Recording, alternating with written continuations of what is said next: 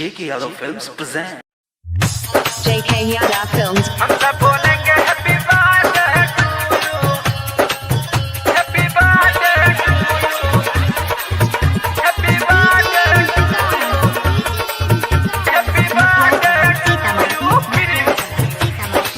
रंगीन गुब्बारों से घर को सजाया है, दिलीप नीतीश से कहके केक मंगवाया है।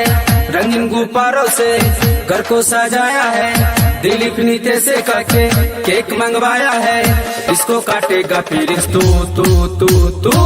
हम सब बोलेंगे हैप्पी बर्थडे टू यू, सभी बोलेंगे हैप्पी बर्थडे टू यू। हम सब बोलेंगे हैप्पी बर्थडे टू यू, सभी बोलेंगे हैप्पी बर्थडे टू यू। रंगीन गुब्बारों से घर को सजाया है, दिलीप नीतीश से कहके केक मंगवाया है।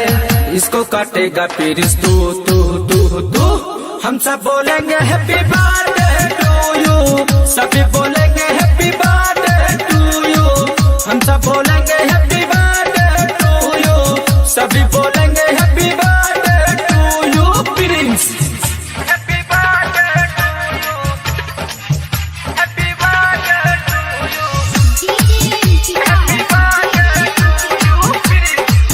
JK Yadav Films.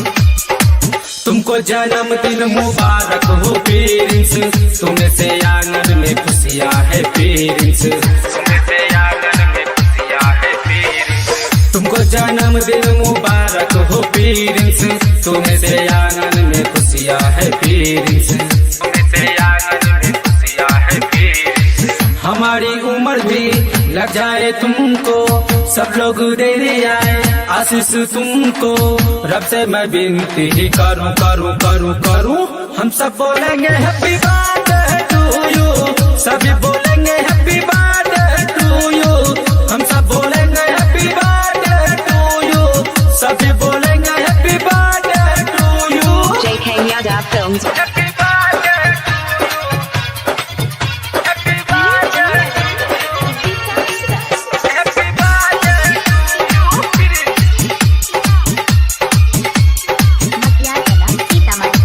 माथे पे तिलक लगाएंगे चंदन, फूलों से तेरा करेंगे अभिनंदन, फूलों से तेरा करेंगे अभिनंदन। माथे पे तिलक लगाएंगे चंदन, फूलों से तेरा करेंगे अभिनंदन, फूलों से तेरा करेंगे अभिनंदन। डीजे बजाएंगे सबको नचाएंगे, तेरे जन्मदिन पे खुशियाँ मनाएंगे। मचेगा सारी रात धूम धूम धूम धूम। हम सब बोलेंगे हैप्पी बर्थडे टू यू, सभी बोलेंगे हैप्पी बर्थडे टू यू। हम सब बोलेंगे हैप्पी बर्थडे टू यू, सभी बोलेंगे हैप्पी बर्थडे टू यू।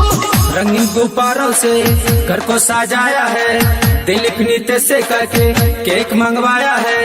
इसको काटेगा फिर तू तू तू तू। हम सब बोलेंगे हैप्पी बर्थडे टू यू, सभी बोलेंगे हैप्पी बर्थडे टू यू। हम सब बोलेंगे हैप्पी बर्थडे टू यू, सभी बोलेंगे happy birthday to you. Prince JK Yadav Films.